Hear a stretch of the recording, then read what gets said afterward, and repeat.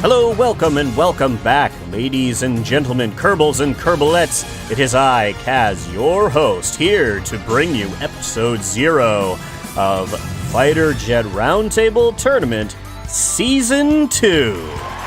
That is right, you heard me, Season 2 of FJRT. Move over, fight a subscriber. What's a runway project? Oh no, this is Fighter Jet Roundtable, and we take things to 11.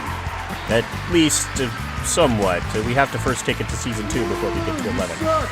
Either way, I am your host, Kaz, and I am here to make you a nice little Episode 0 guide for getting your craft into the tournament.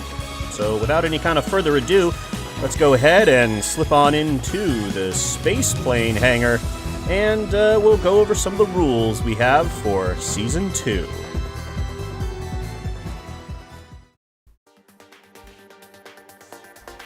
So, in the interest of time, and to hopefully not make this video take forever, I'm going to go over things fairly briefly. Before I get started, though, I want to make sure that everyone is aware that a full link to the rules in their entirety exists in the description of this video, as does a link to the Discord server where all of that will be, where all submissions will be put in and everything else. The server is run by Jimmy, the same lovely person who was the guy behind Tape's original server back when he was the guy doing most of this stuff. Sure, everybody remembers Tape, I sure do, and I miss him. I miss his content. But I actually hear he's streaming a little bit now and then. Anyway, so do check those links out. Again, rules are in the description of this video. They are also linked on the Discord. The Discord information and the rules link are both linked in the description below this video. So, with that out of the way, let's go ahead and start getting into the specifics, shall we? And if you have any questions, feel free to ask them on the Discord server, ping me, Kaz, or, well, ask any of the other builders there, and there are many.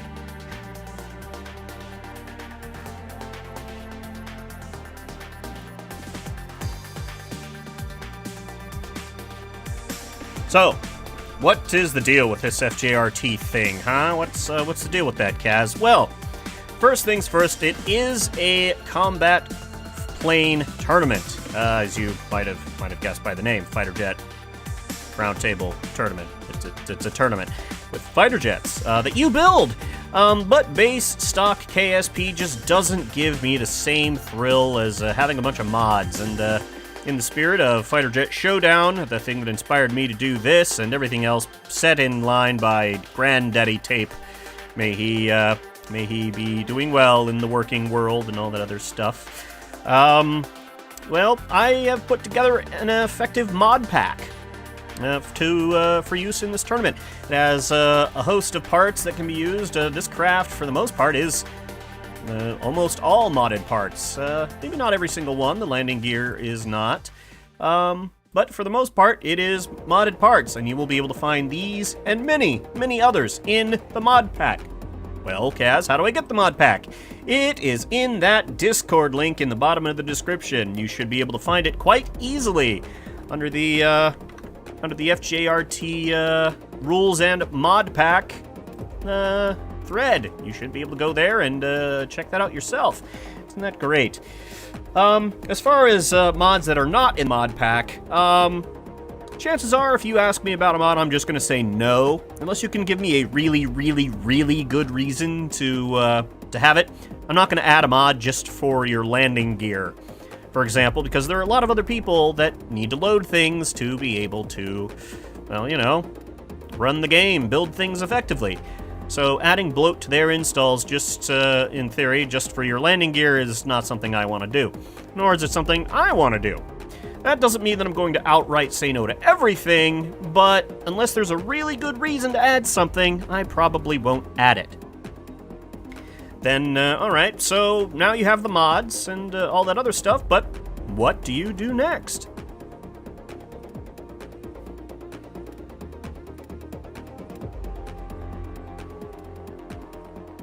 So So as again, you may have guessed, this is a tournament, but a tournament needs brackets and other things like that. Well, the way that this works is effectively the tournament will be set up and will be run differently than Fighter Jet Showdown or some other competitions like Fighter Subscriber, Runway Project, all that other stuff. No, we do things a little differently here. So, basically, each team will consist of 2 aircraft. They can be 2 from the same designer, 2 different ones from the same designer, or they can be 2 aircraft from 2 different designers on a single team. That may end up going down if we have too many submissions. I just may force people onto teams. Who knows?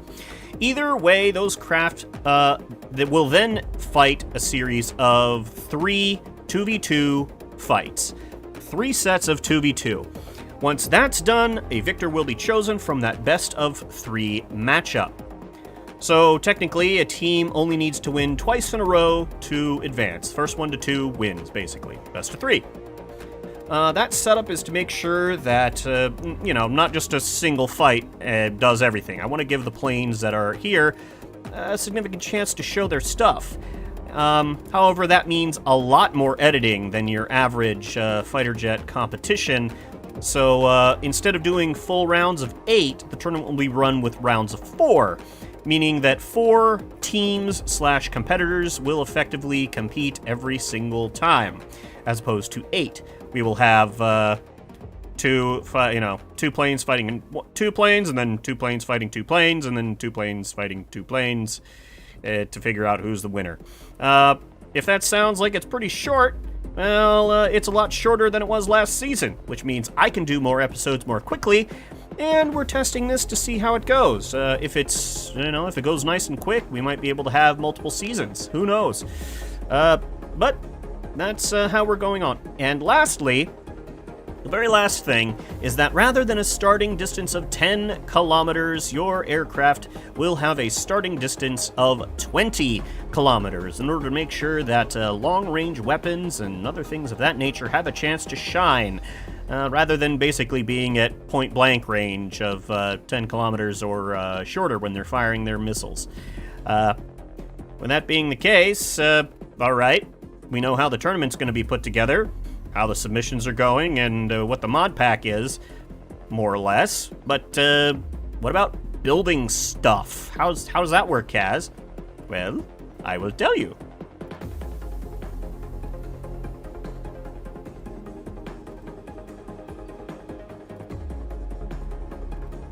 So, build rules. Now, the specifics of the build rules are going to be in the link in the rule sheet specifically. I'll just kind of cover them briefly here just to give you an idea of things. Again, specifics are always in the paper rules. I'm just doing this to give you a quick rundown of things. First off, we have a part limit of 120 parts. This incredible looking aircraft here, designed by me, has 89 parts on it. So it's pretty good. That's a nice amount of parts. It's not too excessive, and well, it gets the job done. Now, 120 parts is a soft limit, which means I'm not going to kill you if you have 121 parts, but the closer you get to 130 or something else like that means the less likely I am to choose your aircraft over an aircraft with less parts. That's just to be kind to my overworked computer and all that fun stuff. Also to make sure that I'm not running a slideshow for all of you guys. Next, well, no clipping. Some part clipping is okay. Everybody who makes aircraft in Kerbal Space Program knows that a little part clipping can, go a long way in doing different things. For example, if we get right down here into this aircraft, we'll see that there are some things that are kind of clipped down in there. That's okay. That's not, 18 different lift surfaces. It's not 5 different sets of wings or anything like that. So that's okay. And as far as engine clipping is concerned, don't engine clip. You cannot have like 5 different engines clipped into the space of one engine. The absolute maximum that you're able to have for your engines is, I'll show you right now, that. You can see they are somewhat clipped into one another, just slightly. you can see that about a quarter of the engine is clipped into something else. That is the absolute maximum any engine is allowed to be clipped into anything else, and you should not be attaching 4 different engines to the same part node and having them clip into one another to get all kinds of extra performance. That's not cool. You should not be doing that. And if any craft is, well, seen abusing that or is using excessive clipping, I just won't accept it. Simple as that. Next, you should not be abusing any of the part offset tools up here in the corner, which are really awesome. So let's say, okay, well, yeah, as you can see, these, a lot of parts here are actually attached to this wing panel. Here, this is attached to that, that's attached to that, they're all attached here. But what a lot of people will sometimes do is they'll take apart like these stabilizers here, right? And they'll attach it to the cockpit.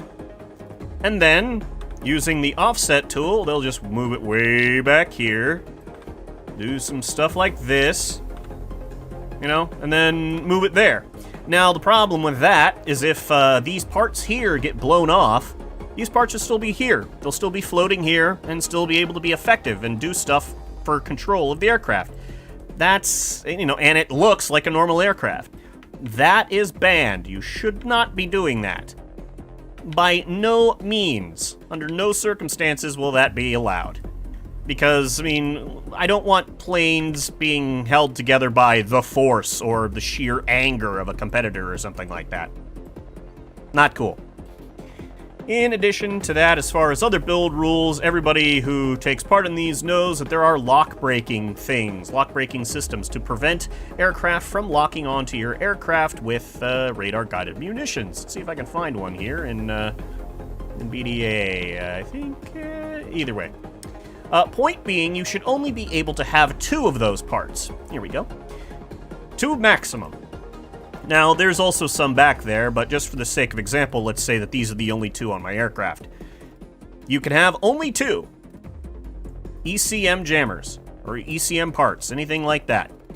Some cockpits do have ECM built in.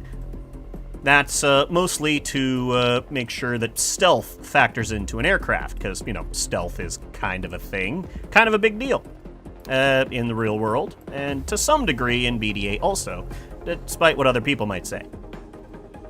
So, you should only have 2, but if your cockpit also has a lock-breaking function, then you should only use that as one of your ECMs, and you should only have one other ECM module.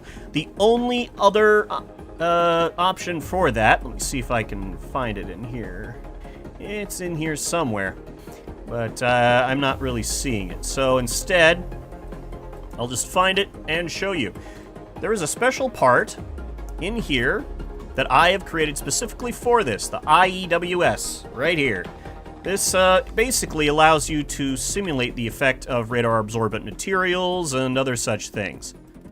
And you should only have 1 of these installed on your aircraft. Only 1.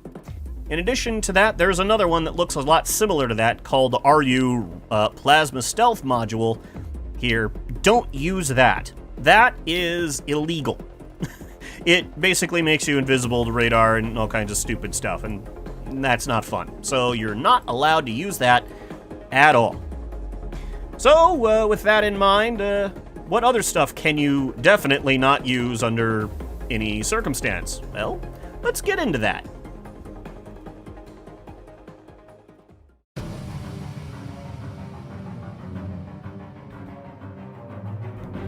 So, banned stuff. Well, most of this should go without saying if you've been in the competitive scene for any period of time. But just to recap, specifically banned things are no nuclear missiles. Can't believe this! Nuclear missiles are bad. Damn it! And we shouldn't be having nuclear missiles in a dogfight. No HEKVs. They're space missiles and really broken. Plus, the AI doesn't like them. It spazzes out. No EMP missiles. Some of the BDA missiles here, one here, says EMP missile, and says it has if it has an EMP on it, where is it? Do not use EMP missiles. They are banned. There are lasers in the pack, to some degree. However, you're not allowed to use them. But other than that, you're not allowed to use any kind of lasers. You should also not be using any ship radars.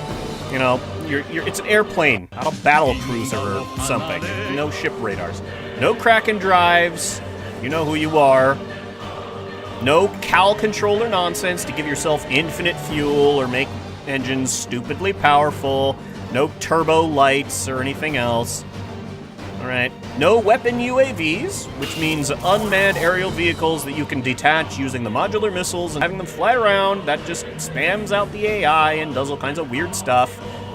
You should be only using air-to-air missiles as part of your loadout. So, if a missile says air-to-ground for its guidance, do not use it. You are not allowed to use it. Only air-to-air missiles. There are tons of air-to-air missiles in the pack. Use those only. And last but not least, no custom missiles, because that basically allows you to make all of the crazy stuff that I banned for a reason. So don't do that. There are some other things that are rule set exclusive for bans, but you can actually see those again in the rules description. Things like adding bogus weight or other such things of that nature. Obviously, there shouldn't be any part editing on your part, because a lot of that stuff can sometimes be saved in the craft file, and that just causes problems. Don't do that. If you're caught doing that, you'll be banned, basically. Don't. This is for fun, guys. Don't be a poo-poo head. Anyway, let's go ahead and get down into the more fun stuff. The weapon loadout rules.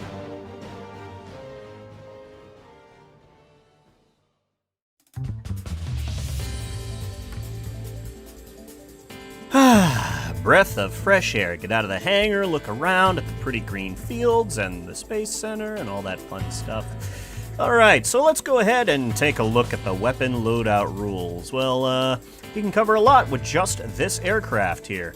Let's go ahead and come on down here, down on the sides. You can see these here. I'll turn back the UI so we can see them lighting up. These two here, these are both 30mm GAU-22 cannons.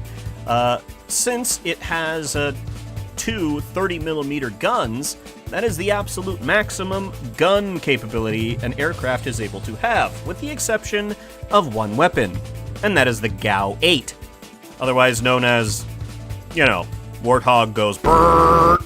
Yeah, that thing. You can only have one of those on your aircraft, and that's all the guns you get, mostly because of its rate of fire and explosive mass and yada yada yada. You're basically bringing an anti-tank weapon to a gunfight.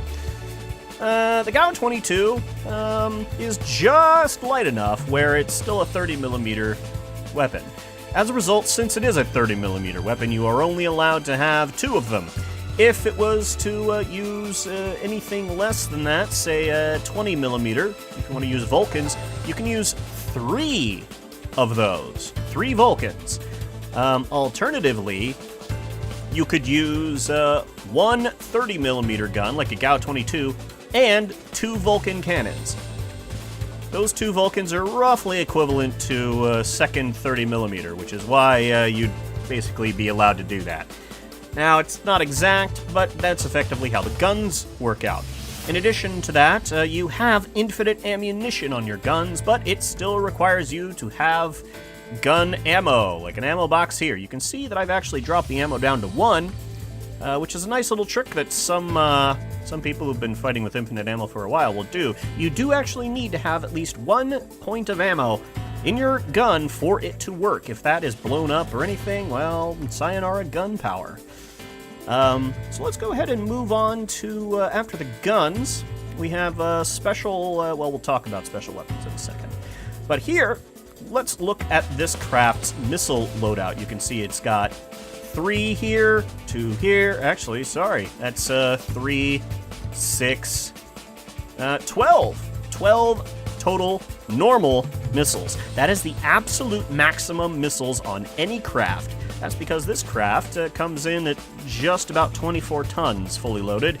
That is the maximum size both for countermeasures and well, actually, countermeasures is at 20 tons. It stops giving you bonuses at 20 tons. Missile bonus goes all the way to 24 tons. Basically, cut your weight in half, round up to the nearest missile. Pretty easy. So you have a craft that's 18 tons, that's 9 missiles. Congratulations. You have a craft that's 17 tons, cut that in half, that's, 8.5, 9 missiles. Congratulations, you get a bonus missile. We round up for the missiles just because that's nice. Your craft weight includes all aspects of your craft. That includes missiles. Yes, I know it's a little silly, but that's just how we do things here. In addition to that, every craft is allowed special weapons, and a special weapon slot is free to everyone, unless it is specifically noted in that special weapon description in the rules. So, for example, this craft here is slung with 2 MPBMs, or multi-purpose burst missiles, very powerful, long-range death missiles, basically. It gets those for free. In addition, you can only have a maximum of 4 normal radar-guided missiles. So you can see it's got these 2 AIM-120Ds here, underslung, and 2 over there. So that means a total of 4. That's as many as it can have. The only exception to that is if your special weapon also happens to be a radar-guided munition, like the MPBM. It is a radar missile, but it doesn't count against that limit because it is a special weapon. All right, as far as countermeasures, chaff, flares, that sort of thing in the back here, like I said, that is basically half your craft's weight to a maximum of 10 each. 10 flares, 10 chaff. Maximum. It's pretty simple. And I don't mean, I can put 10 points on so that it's no, I mean total. So, for example, these are all flares, I believe. Yep, these are all flares. So there's 5 there and then 5 over there, which means that there's 10, and it's maxed out. Down below, we have the chaff, and it's got 5 on that side and 5 on that side here for 10. So that is the maximum for that. As far as that, we can also see that there's a teeny bit of part clipping right here with the 2 engines, but that is within the limits defined in the rules, and these engines are actually scaled up slightly to have more thrust. So, altogether, a perfectly valid aircraft. In addition to that, tuning limits are, I won't get too much into them, because those are in detail in the rules, but a quick rule of thumb, the max angle of attack for any aircraft in the flight computer should never be more than 30. That is the absolute maximum. I don't want to hear about your experimental, super high-tech things that somehow manage to get higher than that. Not during your average dogfight. Maybe during, special conditions or, a air show or something. But no, not during normal flight operating procedures. We're not going to do that. I don't want to hear it. 30 is the maximum. So, basically with that underway, let's go ahead and hop back. Let's get out the special weapon test rig, shall we?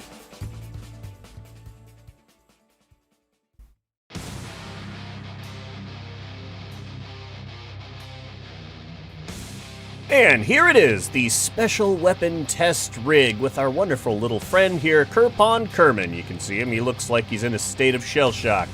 Look at him, he's just so happy. At least I hope he's still alive there. He's kind of still, and it's creeping me out a little bit. Anyway, so special weapons are basically cut into 2 different groups. You have missile-style special weapons and gun-style special weapons.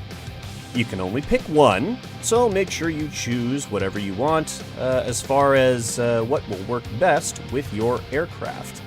So let's go ahead and get started. We'll move from the outside in.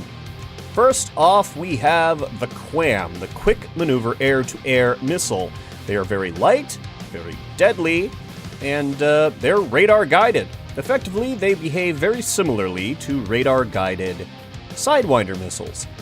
And they're great for light crafts looking for a little bit of extra punch at range or even up close.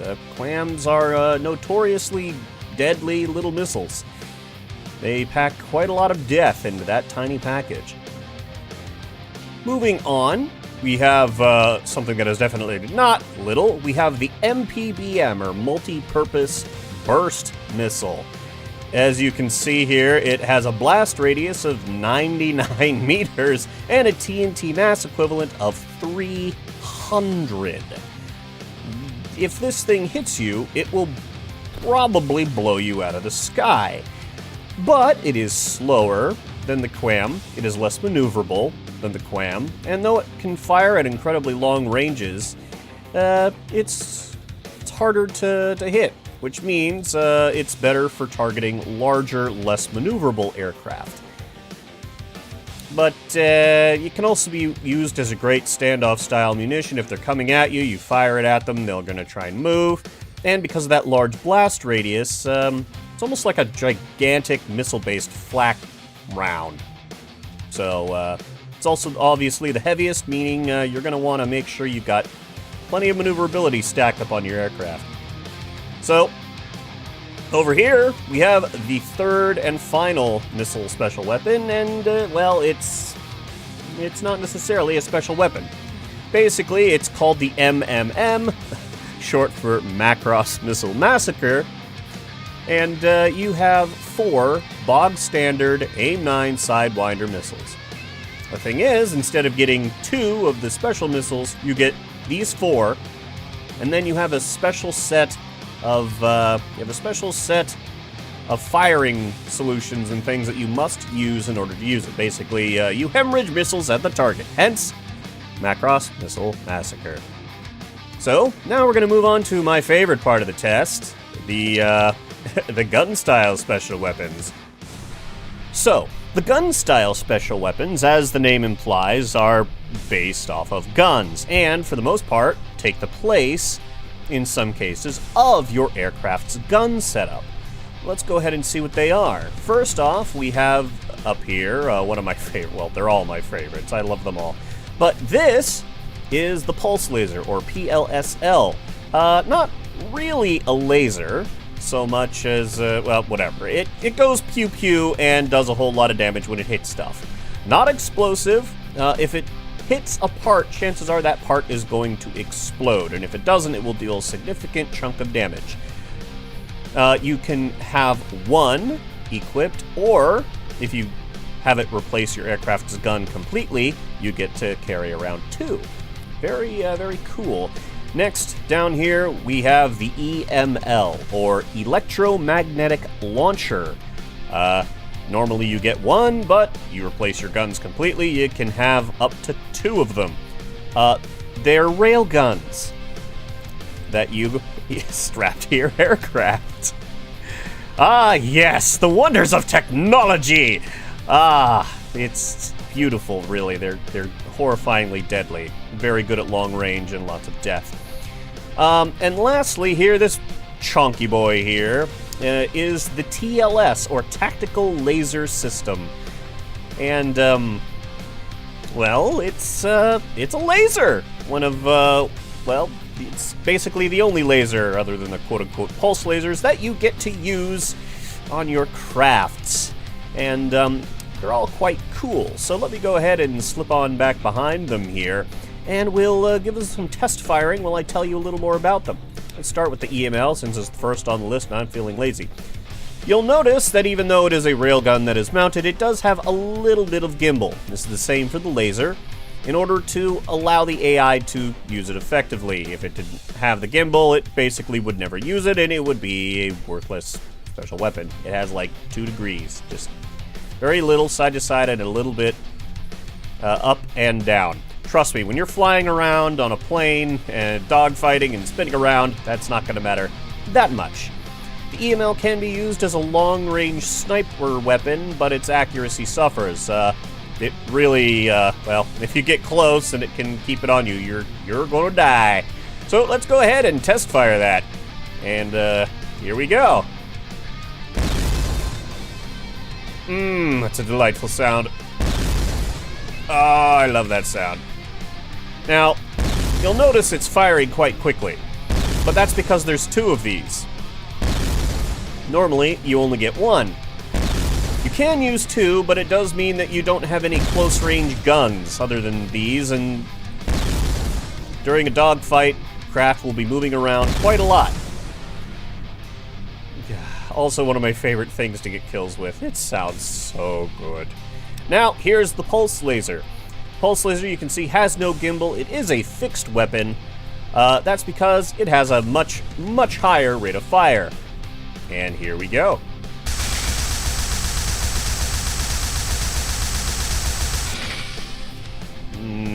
Delightful, isn't it? I love those things. Very powerful, very good. If you have a very nimble aircraft, then going with a pulse laser is not a bad choice because it can keep it on the target consistently and deal chip damage. Plus, you can have a much, much longer range than your average guns with special weapons, as they don't obey the typical 2.5 kilometer max gun limit, which I'm assuming you will read about in the rules. Delightful. Lastly, we have the TLS, the Tactical Laser System Pod, which some people consider to be the most overpowered special weapon. I disagree. Basically, the reason is, if you point at a target, it goes to it instantly. It's a laser. What are you expecting? But you can see there that it overheats actually pretty quickly. And it's going to deal more damage the more time it's on a target, but it deals more damage the closer it is to a target as well, due to laser refraction and stuff in the atmosphere that's modeled into BDA. It also takes a lot of electric charge, so that could be a problem. There it is. The nice thing is, it is a good thing for dealing with lighter aircraft. If you're a heavier aircraft, or heck, even a lighter aircraft, and you can deal with the extra weight, and you can keep it on a target consistently, it will deal consistent damage to a target. Perfect for lighter weight microplanes, dealing with those annoying little flies that are buzzing around your head. Fantastic weapon, really. I really like all of them. They all have their ups and downs. The EML, for example, is quite chunky.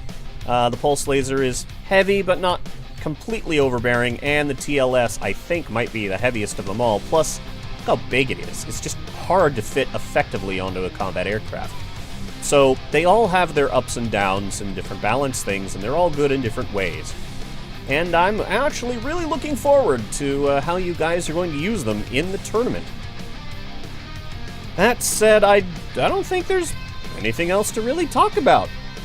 So, well, anyway, until next time, I've been Kaz, and I hope you guys have a whole lot of fun building planes to blow the crap out of each other. I know I'm I'm just chomping at the bit. Anyway, y'all take care, have a happy holidays, and happy building.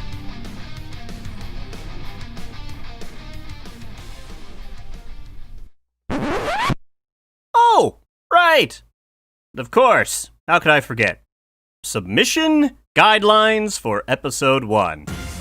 Well, at this point in time, considering it is the happy holidays, and some people are out of school or between things, and today is a time of family, well, obviously it's not going to be any time in December, because that would suck.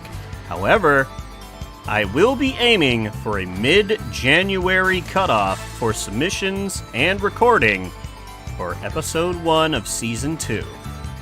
So, with our little friend Kaz Kerman here watching over everything, I have been Kaz, and I'll see you all when the tournament starts. Until then, happy building.